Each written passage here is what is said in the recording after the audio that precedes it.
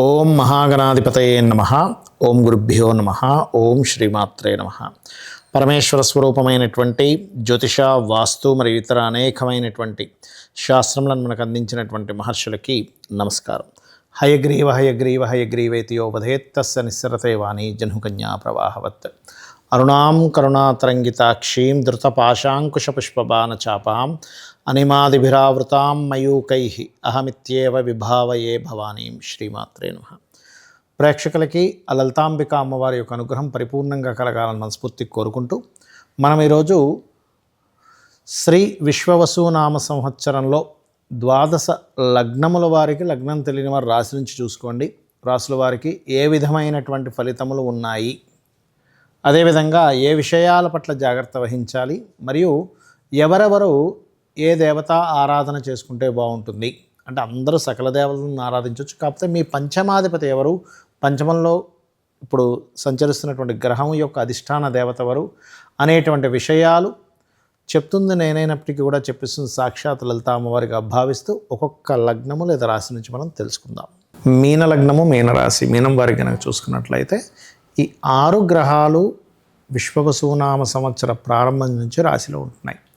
ఎప్పుడైతే దాంతోపాటు ఏలినాడు శని రాశిలో సంచరిస్తుందో కొంత మందత్వము, బద్ధకము, తర్వాత చేద్దాంలే, రేపు చేద్దాంలే, మాపు చేద్దాంలే అనేటువంటిది పోస్ట్పోన్ చేస్తూ ఉంటారు. ముఖ్యంగా ఈ యొక్క విషయంలో పోస్ట్పోన్ అనేటువంటిది చేయకండి, తర్వాత చేద్దామనేటువంటిది పెట్టుకోకండి దయచేసి. అదేవిధంగా మొదటి 2 నెలలు ధనాధిపతి, భాగ్యాధిపతి అయినటువంటి కుజుడు పంచమ స్థానంలో ఉంటున్నాడు కాబట్టి ఏప్రిల్ మే మాసంలో మీ యొక్క సంతానానికి ధనం ఇచ్చే విషయంలో కానీ, మీ సంతానం ద్వారా ఎవరికైనా ధన సంబంధించిన లావాదేవీలు చేసే విషయంలో కానీ కొంత జాగ్రత్త వహించండి ముఖ్యంగా. లేదా కుటుంబ సభ్యులకి, సంతానానికి వచ్చేటువంటి చిన్న చిన్న ఘర్షణలు ఇటువంటివి కొంచెం తలెత్తుతూ ఉంటాయి. ఉన్న ప్రదేశం నుంచి రకరకాల ప్రాంతాలకు మారడం అనేటువంటి చూపిస్తుంది. మే 15 తర్వాత స్థిరత్వం, ఒక దగ్గర స్థిరంగా ఉండడం, ఏదైనా ఒక ఆఫీస్ పెట్టుకోవడం, లేనట్లయితే మీరు ప్రత్యేకంగా బిజినెస్ రిలేటెడ్ సంబంధించిన డెవలప్ చేసుకోవడము, సొంతంగా ఏదైనా మీకున్నటువంటి స్తోమతలో ఏదైనా గృహం కట్టుకోవడం అనేటువంటి చాలా స్పష్టంగా గోచరిస్తుంది. పంచమ స్థానంలో ఎప్పుడైతే కుజుడు నీచబడి ఉన్నాడో కాస్త గర్భవతులు కొంత జాగ్రత్తగా ఉండాలి. జూన్ 6వ తేదీ వరకు విశ్వవసునామ సంవత్సరంలో కుజుడు నీచ స్థానంలో ఉన్నాడు కాబట్టి. అలాగే మరొక విషయం ఏంటంటే, ఈ సంవత్సరం జూన్ తర్వాత ఎప్పుడైతే లగ్నంలో ఉండే కేతు 12లోకి వెళ్ళడము, సప్తమంలో ఉండే లగ్నంలో ఉండే రాహు 12లోకి వెళ్ళడము, సప్తమంలో ఉండే కేతు 6వ స్థానంలోకి వెళ్తున్నందుకు, లగ్న రాహు 12వ స్థానంలోకి వెళ్ళినందుకు విదేశీ యోగాల్ని, సప్తమంలో ఉండే కేతు 6వ స్థానంలోకి వెళ్తున్నందుకు వివాహ సంబంధించిన యోగాల్ని మీకు ఇస్తాడు జూన్ తర్వాత నుంచి. కాకపోతే ఈ మీనలగ్నం వారికి ఎప్పుడైతే 6వ స్థానంలో కేతువు వెళ్తున్నాడో పూర్వజన్మ కర్మస్థానంలో కేతు సంచారం ప్రారంభమవుతుంది. కాబట్టి ఆ రాశి ఏదైతే ఉంటుందో, మీన రాశికి 6వ రాశి అనేటువంటిది రవి యొక్క రాశి అవుతుంది. రవి అంటే తండ్రి, గవర్నమెంట్ వ్యక్తులు, గవర్నమెంట్ రిలేటెడ్ సంబంధించినవి. ఈ యొక్క విషయాల్లో మీరు వారికి అప్పులు ఇవ్వడం కానీ, అంటే గవర్నమెంట్ వ్యక్తులకు అప్పులు ఇవ్వడం కానీ, గవర్నమెంట్ వ్యక్తులతో అనవసరమైన తగాదాలు పెట్టుకోవడం కానీ, గవర్నమెంట్ కట్టవలసిన ట్యాక్సెస్ విషయాల్లో కొన్ని తప్పిదాలు చేయడం కానీ చేయకండి దయచేసి. తద్వారా ఇబ్బంది అనేటువంటిది ఎదుర్కొంటారు. ఇక ఉద్యోగ అవకాశాలు చక్కగా వస్తాయి, అందులో ఎటువంటి సందేహం లేదు. కాస్త వర్క్ స్ట్రెస్ అనేటువంటిది ఎక్కువగా ఉంటుంది. ఉద్యోగరీత్యా కొన్ని మార్పులు చేర్పులు ఏర్పడతాయి.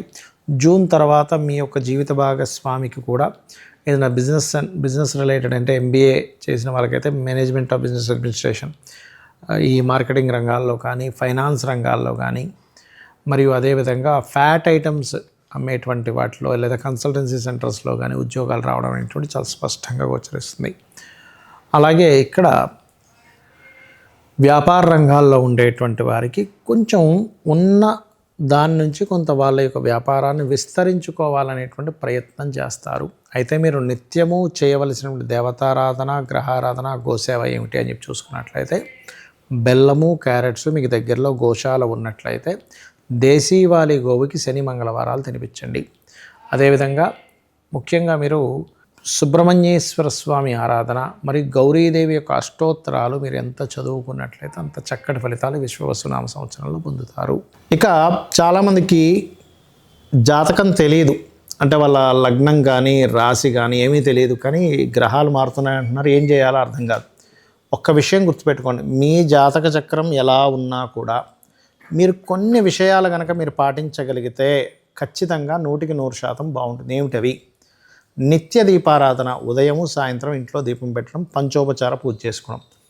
మీ గ్రహాలు ఎలాగున్నా సరే అనుకూలిస్తాయి, గుర్తుపెట్టుకోండి. రెండవది, మీకు దగ్గరలో అతి సమీపంలో ఏ ఆలయం అయితే ఉందో ఆలయానికి వెళ్ళడం. గోశాలకు కనీసం శని ఆదివారాల్లో ఏదైనా ఒకరోజు వెళ్ళి పిడికెడు బెల్లము, గోధుమ రవ్వ అటువంటివి ఏమైనా తినిపించడం, అక్కడ కొంత సేవ చేయడం చేయండి. మరి ఎక్కువ ఇబ్బందులు ఉన్నాయండి, మాకు మాట్లాడితే గొడవలు అయిపోతున్నాయి అనుకునేటువంటి వారు గోవులకి క్యారెట్స్, బెల్లము కనుక తినిపించినట్లయితే అన్ని విధాలా బాగుంటుంది.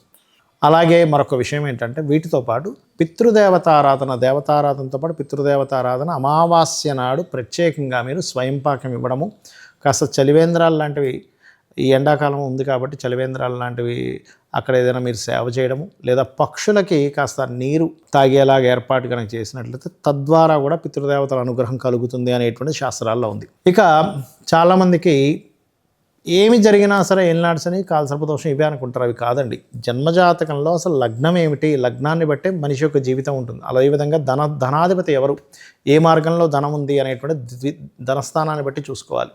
చేసే ప్రయత్నం ఎందుకు ఇబ్బంది అవుతుంది, మూడో స్థానం ఎలా ఉంది.